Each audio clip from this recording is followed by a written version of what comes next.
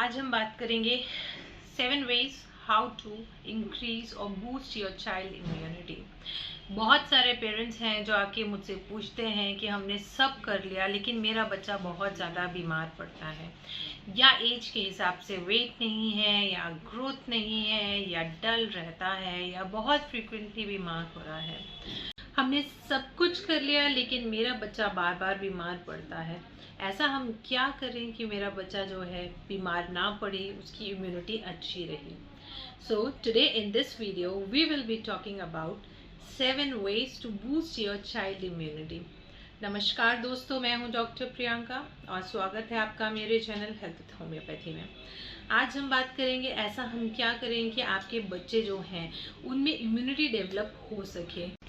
Cold and flu are fact of life for kids, but taking few simpler steps can actually reduce the sick days for your kids. अगर आपके बच्चों को किसी भी type की allergy है तो आप कोशिश करें कि वो चीज़ उसके कांटेक्ट में ना आए। अगर खाने से कुछ रिलेटेड है तो आप उसको अवॉइड कर सकते हैं। होम्योपैथी में फूड एलर्जी के लिए भी बहुत अच्छे मेडिकेशंस हैं, उसके लिए भी आप डॉक्टर को दिखा सकते हैं। अगर किसी चीज़ के कांटेक्ट में आने से भी बच्चों को एलर्जी हो रही है तो वो भी आप अवॉइड करेंगे। उसके अलावा अगर आपका बच्चा एकदम परफेक्ट है, एकदम फाइन है, उसको कोई बीमारी नहीं है, तो उस केस में आप खाली इम्यूनिटी बढ़ाने के लिए बच्चे को अच्छी प्रोटीन डाइट दीजिए। बच्चे को फैट की भी बहुत ज़रूरत है और कार्ब्स की भी उतनी ही ज़्यादा ज़रूरत है। उसके साथ आप उसको फ्रूट्स और वेजिटेबल्स भी दें। आपका बच्चा बीमार नहीं पड़ेगा। लेकिन अगर आपका बच्चा प्ले स्कूल जाना चालू कर रहा है, या स्कूल जाना चालू कर रहा है, या पार्क में खेलना चालू कर रहा है, तो उस केस में आपको फिर देखने को मिलता है कि बच्चे जो है बहुत फ्रीक्वेंट बीमार हो रहे हैं। In this case homeopathy will actually do magics and wonder to you. मैंने इतने प्रैक्टिस में बहुत पेशेंट्स देखे हैं, बच्चे देखे हैं कि पेरेंट्स आ रहे हैं, हम सब कुछ कर रहे हैं, सारे प्रिकॉशंस ले रहे हैं, लेकिन जब से स्कूल जाना चालू किया, प्ले ग्राउंड में जा रहा है या लोगों से कांटेक्ट बढ़ रहा है, मेरा बच्चा बहुत ज़्यादा बीमार हो रहा है। उसके लिए आपके पास होम्योपैथी दवाएं हैं, लेकिन मैं आपको 7 ways बता रही हूँ। अगर आपने ये फॉलो किया कुछ ईयर्स आपके बच्चे के लाइफ में, इनिशियल ईयर्स, डेफिनेटली इसकी इम्यूनिटी बनेगी, बहुत अच्छी रहेगी। क्योंकि जब बच्चा बॉर्न होता है, पैदा होता है, उनकी इम्यूनिटी बहुत कम होती है, बॉडी अभी भी डेवलप हो रही है। तो आपको उसको टाइम देना होगा, आपको सपोर्ट करना होगा कि बच्चा जो है हेल्दी एनवायरनमेंट में रहे और उसकी इम्यूनिटी जो है, जो सिस्टम है, वो अच्छे से डेवलप हो सके। 7 ways to boost your child immunity में सबसे पहले मैं रैंक करती हूँ serve more number of fruits and vegetables. आप अपने बच्चे को सबसे ज़्यादा वेजिटेबल्स और फ्रूट उनके डाइट में शामिल करें। एटलीस्ट 5 आपको फ्रूट लेने हैं दिन भर में और 5 वेजिटेबल्स, ये कॉम्बिनेशंस रखने ही रखने हैं।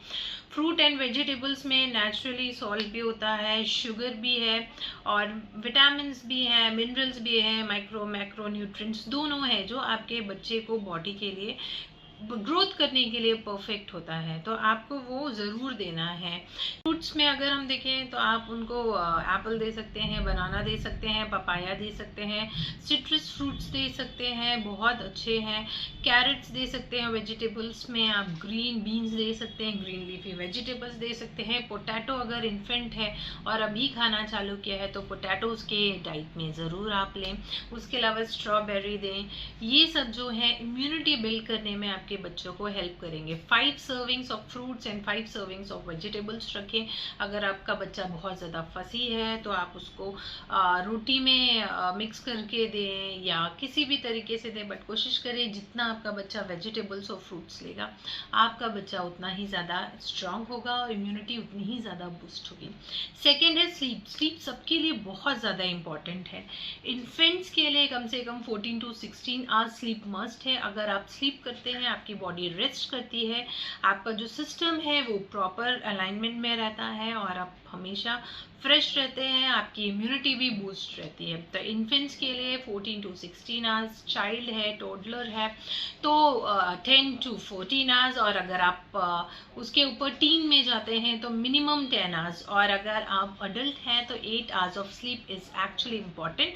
और अगर ये आपका बच्चा फॉलो करता है तो वो बहुत फ्रेश उठेगा, उसको मन होगा होगा खाने का, उसको मन होगा खेलने का, end of course immunity. Third को मैं रखती हूँ ब्रेस्ट फीडिंग। देखा गया है, साइंटिफिकली प्रूवन है कि जिन बच्चों में breast feeding, exclusive breast feeding for 6 month है, उनकी इम्यूनिटी बाकी फॉर्मूला फीड मिल्क वाले बच्चों से बहुत ज़्यादा बेटर है। इनिशियली जो few hours of delivery colostrum आता है, वो उसमें एंटीबायोटिक्स होते हैं, WBCs होते हैं, जो आपके बच्चे के सिस्टम को डेवलप होने में बहुत ज़्यादा हेल्प करते हैं। इसके अलावा एक्सक्लूसिव 6 मंथ ब्रेस्ट फीडिंग है तो आपका बच्चा बहुत ज़्यादा स्ट्रांग होगा, क्योंकि उसको मदर से सारा न्यूट्रिशन मिल रहा है, इम्यूनिटी बढ़ेगी, फाइट करने में हेल्प करेगा। जिन्होंने नहीं किया है वो बच्चे बहुत फ्रीक्वेंट बीमार होते हैं। बहुत सारे रीज़न हो सकते हैं, बच्चे का ब्रेस्ट फीडिंग नहीं हो पा रहा है, माँ बीमार है, बच्चा बीमार है, और भी बहुत सारे हिंड्रेंस हो सकते हैं। बट कोशिश करना है कि आप 6 महीना आपके बच्चे को एटलीस्ट ब्रेस्ट फीडिंग करवाएं, उससे उसकी नेचुरल इम्यूनिटी बढ़ेगी। फोर्थ रैंकिंग है एक्सरसाइज। एक्सरसाइज बोलने से बच्चे नहीं सीखेंगे।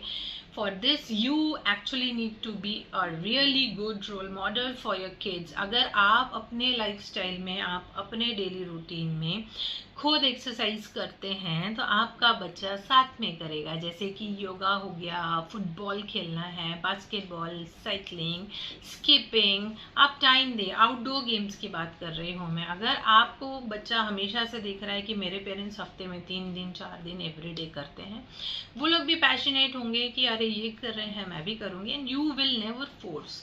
आपको कभी फोर्स भी नहीं करना पड़ेगा, ये बचपन से देखेंगे। यही है जो लाइफ लॉन्ग हैबिट लेके जाएगा आपके बच्चों के लिए। बोलने से एक्सरसाइज नहीं होगी, तो आपको पहले रोल मॉडल बनना पड़ेगा अपने बच्चों के लिए। उसके बाद आपके बच्चों में ये हैबिट जब एक बार आ जाएगी, and this will be a life long. और आपको मालूम है, अगर आप एक्सरसाइज अच्छी रखते हैं, डाइट अच्छी रखते हैं, स्लीप अच्छी रखते हैं, तो 90% बीमारियां आपसे दूर रहने वाली हैं। कोई डॉक्टर्स, कोई दवा की जरूरत नहीं पड़ेगी आप। फिफ्थ है guard against germ spread.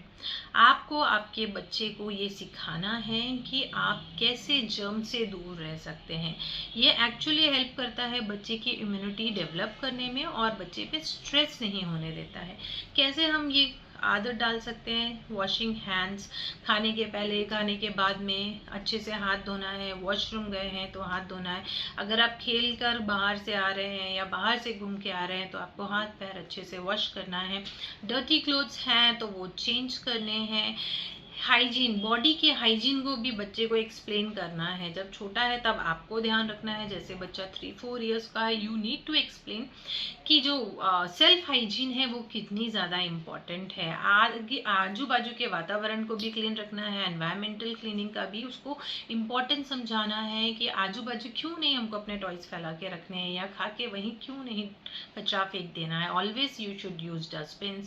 Clean रखना है एनवायरमेंट, आपको अपने आप को क्लीन रखना है, नेल्स क्लीन रखने चाहिए, आपकी बॉडी को क्लीन रखना चाहिए। ये सब बच्चों को सिखाना बहुत ज़्यादा ज़रूरी है, क्योंकि ये भी एक सोर्स है जर्म्स लेकर आने का। एक बहुत इंपॉर्टेंट चीज़ है जो डेंटिस्ट भी बोलते हैं और मैं भी हमेशा अपने पेशेंट्स को बोलती हूँ, अगर आपका बच्चा बहुत फ्रीक्वेंट बीमार हो रहा है तो इम्पॉर्टेंट चीज़ है आप उसका जो टूथ ब्रश है वो बहुत जल्दी चेंज करें। क्योंकि बच्चे के मुंह में बैक्टीरिया वायरस है, वही सेम ब्रश यूज़ कर रहा है, वो उसमें ट्रांसफ़र हो गया। हमने दवा दी, बच्चा ठीक हुआ, और सेम ब्रश हमने यूज़ किया, वापस आपने क्या किया, उसको और ज़्यादा इन्फेक्शन दे दिया। तो इस कंडीशन में आप बच्चे के ब्रश को कंटिन्यूसली 1 महीने 3 महीने में चेंज करें। और अगर बीमार हुआ है बच्चा तो डेफिनेटली आपको उसका ब्रश चेंज करना है। और साथ में अगर रखते हैं तो आपके बच्चे के ब्रश से आपको भी हो सकता है, बाकी फैमिली मेम्बर्स को भी हो सकता है, और बाकी फैमिली मेम्बर्स से भी ये बच्चों को ट्रांसफ़र हो सकता है। तो this is very important to change the toothbrush regularly. हर 2 महीने 3 महीने में आपको वो चेंज करना ही चाहिए। 6 जो बहुत इंपॉर्टेंट है, आजकल के पेरेंट्स वर्किंग है और उनको लगता है मेरा बच्चा जल्दी से ठीक हो जाए, तो कुछ भी होता है they start with antibiotics. Please don't do this. आप अपने बच्चे को बेकार चीज़ दे रहे हैं, आप अपने बच्चे की इम्यूनिटी यहीं ख़त्म कर रहे हैं। आप सोच सकते हैं मैंने एंटीबायोटिक दिया मेरा बच्चा जल्दी ठीक हो जाएगा, but this is actually wrong. बच्चा आपका जल्दी ठीक नहीं हो रहा है। चाइल्डहुड में जितने भी बीमारियां हैं वो सब बेसिकली वायरस के कारण होती हैं, और एंटीबायोटिक इस एंटीबैक्टीरियल बैक्टीरिया के लिए है। तो जब वायरल फीवर हुआ है तो आप उसको एंटीबायोटिक देखिए क्या कर रहे हैं, इम्यूनिटी खराब कर रहे हैं। वक्त तो वो करेगा नहीं, बट आपने क्या किया, उसकी इम्यूनिटी को भी खराब कर दिया है। तो प्लीज़ अवॉइड एलोपैथिक मेडिसिन या एंटीबायोटिक पे तुरंत ना जाएं। नेचुरल प्रोसेस होम्योपैथी आप ज़रूर अपनाएं and definitely there are very good results. ये मिथ है कि होम्योपैथी मेडिसिन बहुत लेट काम करती हैं, ऐसा नहीं है। ऑलमोस्ट सेम टाइम लगता है ठीक होने में, होम्योपैथी से भी और एलोपैथी से। तो please go for homeopathy, good doctors, और आपका बच्चा ठीक हो जाएगा। The last one is banish second hand smoking. मतलब अगर आप स्मोक करते हैं तो आपके बच्चे को बहुत ज़्यादा नुकसान हो सकता है। अगर आप बहुत पॉल्यूटेड सिटी में रहते हैं, एयर साफ नहीं है, तो वो भी इनडायरेक्टली आपके बच्चे की हेल्थ को, इम्यूनिटी को नुकसान पहुंचा रहा है। अगर घर में आप चूल्हे में खाना बनाते हैं, मिट्टी के बर्तन में खाना बना रहे हैं, लकड़ी यूज़ कर रहे हैं, उससे जो स्मोक होता है वो भी बच्चे के लिए बहुत हानिकारक है।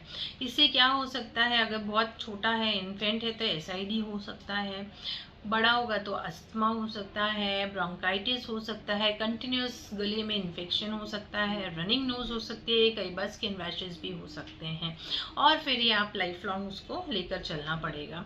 इसलिए ये कोशिश करना है कि हम ये अवॉइड कर सकें। ये तो हो गए 7 वेज जो आप अपने बच्चों के जीवन में इनकलकेट कर सकते हैं just to boost their immunity without any medication.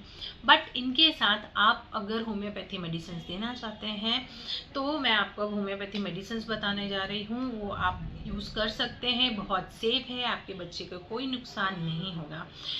एक चीज़ और बोलना चाहूँगी कि मेरा कोई भी वीडियो स्पॉन्सर्ड नहीं है। इतने साल के प्रैक्टिस में मैंने जो देखा है, जो दवा देने से मुझे रिजल्ट्स बहुत अच्छे मिले हैं, मेरे पेशेंट्स ठीक हुए हैं, मैं वही आपको सजेस्ट करती हूँ, वही दवाएं सलाहों में देती हूँ। यदि मैं बात करें हम तो ममा नेचर्स म्यूनोस्टिन बहुत अच्छी मेडिसिन है आपके बच्चे की इम्यूनिटी बढ़ाने में। अगर आपका बच्चा इन्फेंट है तो एक गोली सुबह दोपहर शाम आप 2 महीने कंटिन्यूसली दे करके रोक सकते हैं। उसके अलावा आप अल्फा टॉनिक शॉवेगा या किसी भी कंपनी का दे सकते हैं। अगर सेम कंपनी में जाते हैं तो रिजल्ट्स काफ़ी अच्छे हैं। वो भी आप 5 ml 3 ml बच्चे के वेट के हिसाब से दिन में 3 बार दे सकते हैं। ये तो हो गया इम्यूनिटी बूस्टिंग के लिए। अगर आपके बच्चे को कंटिन्यूसली रनिंग नोज है तो लुफाकिन एक शौवे की ही दवा है, वो आप जब भी होता है, आपको लगता है रनिंग नोज है, राइनाइटिस है, सर्दी जुकाम हो रहा है, तो फिर आप वो दवा, अगर इन्फेंट है तो एक ग्लोब्यूल्स में है, एक ग्लोब्यूल सुबह दोपहर शाम फॉर 5 डेज 10 डेज, जब तक ठीक नहीं हो जाता तब तक दे सकते हैं। और बड़े बच्चों में 3 गोली दिन में 3 बार गर्म पानी में डिजोल्व करके आपको उसको देना है। तो ये कॉम्बिनेशंस अगर आप यूज़ करेंगे तो बहुत अच्छे रिजल्ट्स हैं। शौवे का ये ममा नेचर का पूरा एक किट भी आता है। यूजुअली मैं अपने पेशेंट्स को सजेस्ट करती हूँ कि आप ये घर पे खरीद के रखें। उसमें 5 रहते हैं, खांसी के लिए रहता है, सर्दी जुकाम के लिए रहता है, इम्यूनिटी के लिए रहता है, कैल्शियम में, और पेट में दर्द या गैस के लिए रहता है। बहुत बेस्ट कॉम्बिनेशंस हैं, आप वो भी खरीद के घर पे रख सकते हैं। अल्फा और म्यूनोस्टिन तो आप कंटिन्यूसली 2 से 3 महीने चला सकते हैं। डेफिनेटली आपके बच्चे की इम्यूनिटी बढ़ेगी, और उसको प्लीज़ बाहर जाने दीजिए, खेलने दीजिए। हम बहुत कम बीमार होते थे, हमारे एरा के पहले वाले भी लोग कम बीमार होते थे, क्योंकि हम लोग मिट्टी में खेलते थे, धूल में खेलते थे, बाहर भी जाते थे।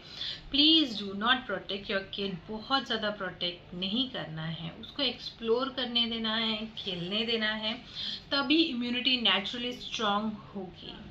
होप आज का वीडियो आपके लिए हेल्पफुल होगा। आप ज़रूर ये मेडिसिन दें और मुझे फीडबैक दें, मुझे बहुत खुशी होगी अगर आपके बच्चे ठीक होते हैं। डेफिनेटली सेफ है, डरने की कोई बात नहीं। अगला शनिवार हम फिर मिलेंगे, तब तक के लिए लाइक शेयर एंड सब्सक्राइब।